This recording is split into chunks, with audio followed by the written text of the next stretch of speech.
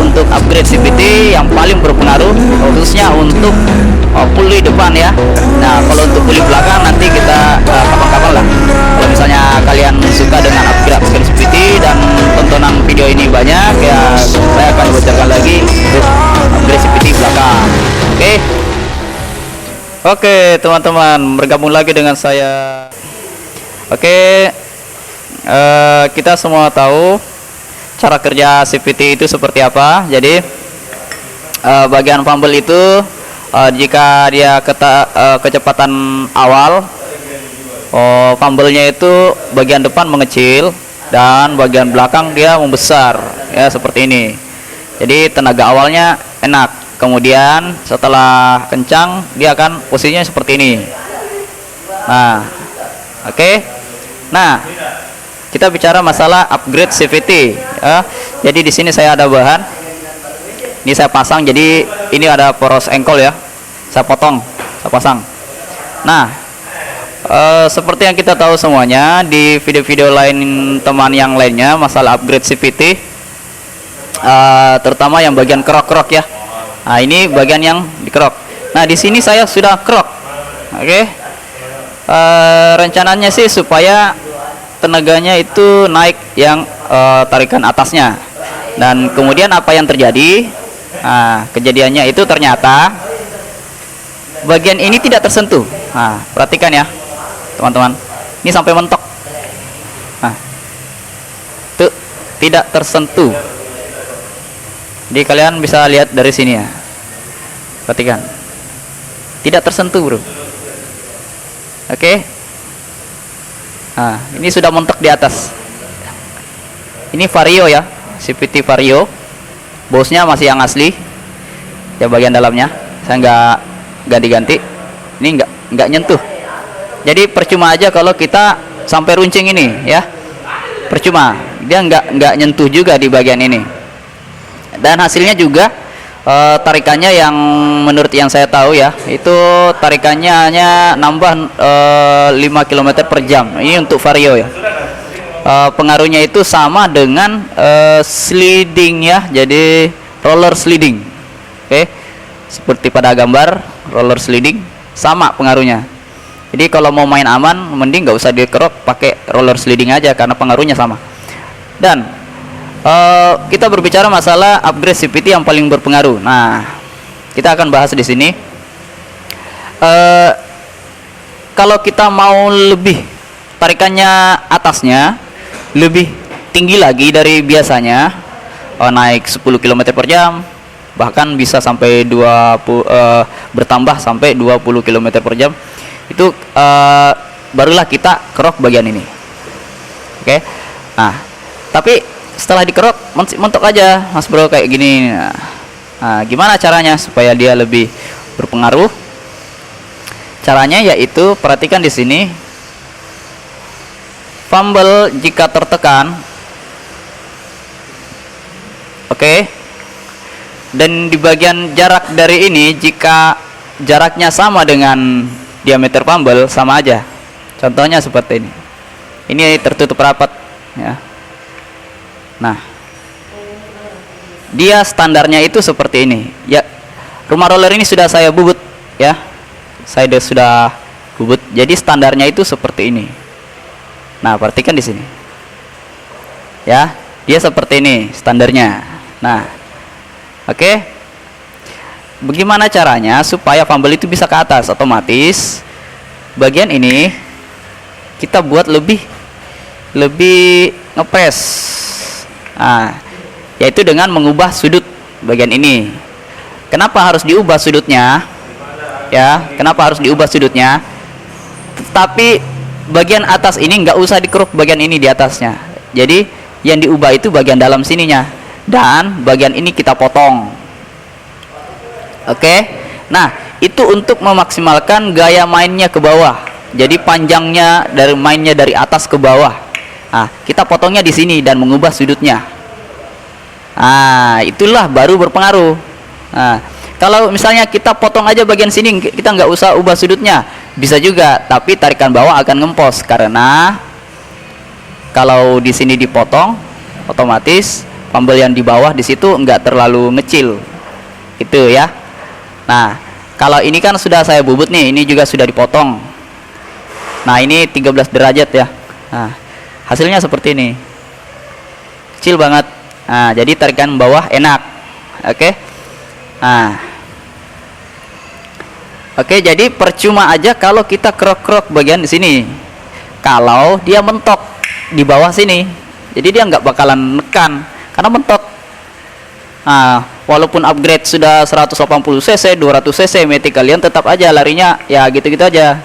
Seperti Vario ini mentoknya cuma 125, 120, nah, kayak gitu. Nah, perhatikan ya. Nah, seperti ini. Nah, ini aja sudah dipotong masih aja gitu. Nah, perhatikan. Masih aja gitu-gitu. Nah, tapi ini sudah lebih mending. Kemarin tuh agak parah ya. Ya nggak terlalu ngaruh. Ya, cuma gini. Nah, seperti itu.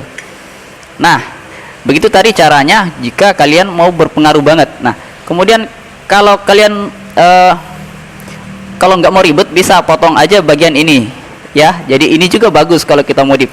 Bagian kita ini kita potong.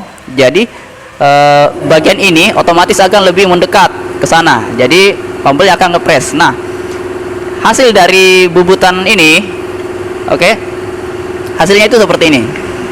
Perhatikan. Nah, ini rapat nih, agak keluar, ya. Itu dia.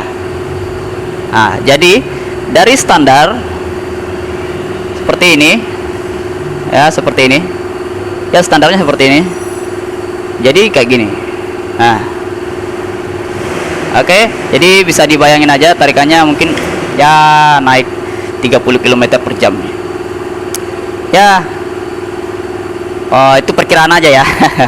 Belum faktanya, karena untuk mengejar top speed untuk motor yang nggak terlalu cc tinggi itu akan susah dapatnya karena kan akan lama. Nah, jadi jika ada yang kurang dari penjelasan saya silahkan komen di bawah ya.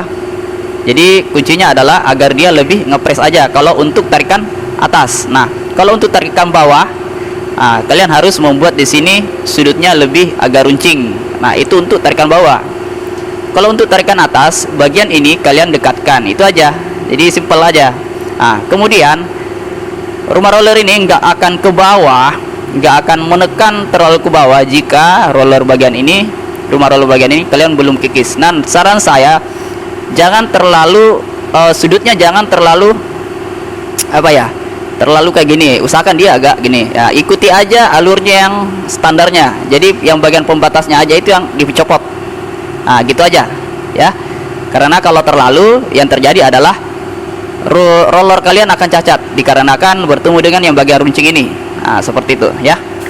Oh ya, kemudian ya masalah roller ya, jadi hati-hati ya. Masalah roller itu mungkin ada yang belum tahu ya. Nah, kalau roller itu dibuat ringan, dia akan enak atasnya. Dan kalau dibuat berat, dia akan enak bawahnya. Jadi ada yang beberapa yang salah paham ya. Tapi mungkin teman-teman sudah tahu. Tapi itu adalah salah ya. Pemahaman kita tentang roller itu kayak gitu ya. Tapi saran saya jika mengganti lebih ringan, jangan terlalu ringan juga. Karena apa? Kalau dia terlalu ringan, gimana ya? Fumble akan tersiksa karena terlalu terjepit, terlalu cepat terjepit. Nah, kayak gitu. Terus fumble belakang terlalu cepat mengecil. Nah, kalau kita pakai per yang terlalu keras, kemudian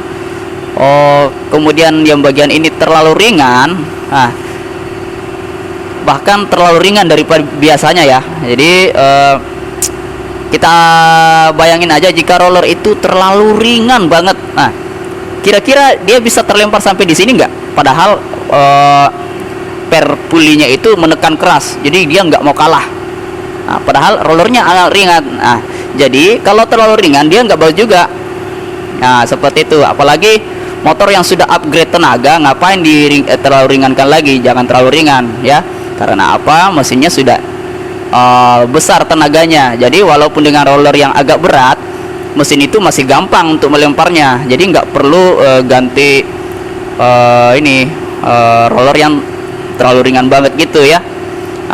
ujung-ujungnya akan cepat merusak pambel. Jadi seperti itu ya.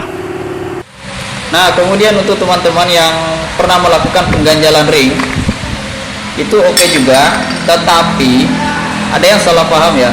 Jadi untuk pemasangan ring itu, usahakan ringnya jangan terlalu besar. Jadi jangan melewati ukuran dari bos ini. Nah, dikarenakan jika ringnya besar, otomatis bagian ini akan bertabrakan dengan ringnya. Jadi efeknya adalah tidak terlalu tertekan jadinya. Oke, jadi tarikan atasnya akan ngempos. Oke, jadi tarik pasang ring itu untuk menambah tarikan bawah, dikarenakan ruangan di bawah ini agak luas, jadi pambelnya bisa mengecil seperti itu. Jadi tambah ring itu jangan asal tambah ring di bagian ini ya. Nah, kemudian lagi jika tambah ring di sini itu nyaris nggak ada ngaruhnya jika kalian tidak ngeruk bagian ini. Oke. Nah, kalau di bagian ini dikeruk, otomatis roller ini akan lebih kencang terlempar ke atas seperti itu.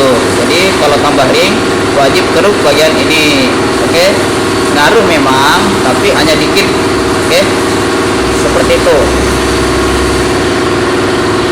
Oke, gitu aja tips dari saya untuk upgrade CVT yang paling berpengaruh, khususnya untuk puli depan ya. Nah, kalau untuk puli belakang nanti kita kapan-kapan lah. Kalau misalnya kalian suka dengan upgrade CVT dan tontonan video ini banyak, ya saya akan bocorkan lagi untuk upgrade CVT belakang. Oke, seperti itu aja guys ya. Nah, oke, sekian aja tutorial dari saya guys. Itu aja, saya rasa sudah cukup. Jika kalian suka dengan video saya, silakan like dan subscribe jika kalian ingin melihat semua tutorial dari channel ini. Oh, jangan ini ya, saya buat nama channel jadi XXMJ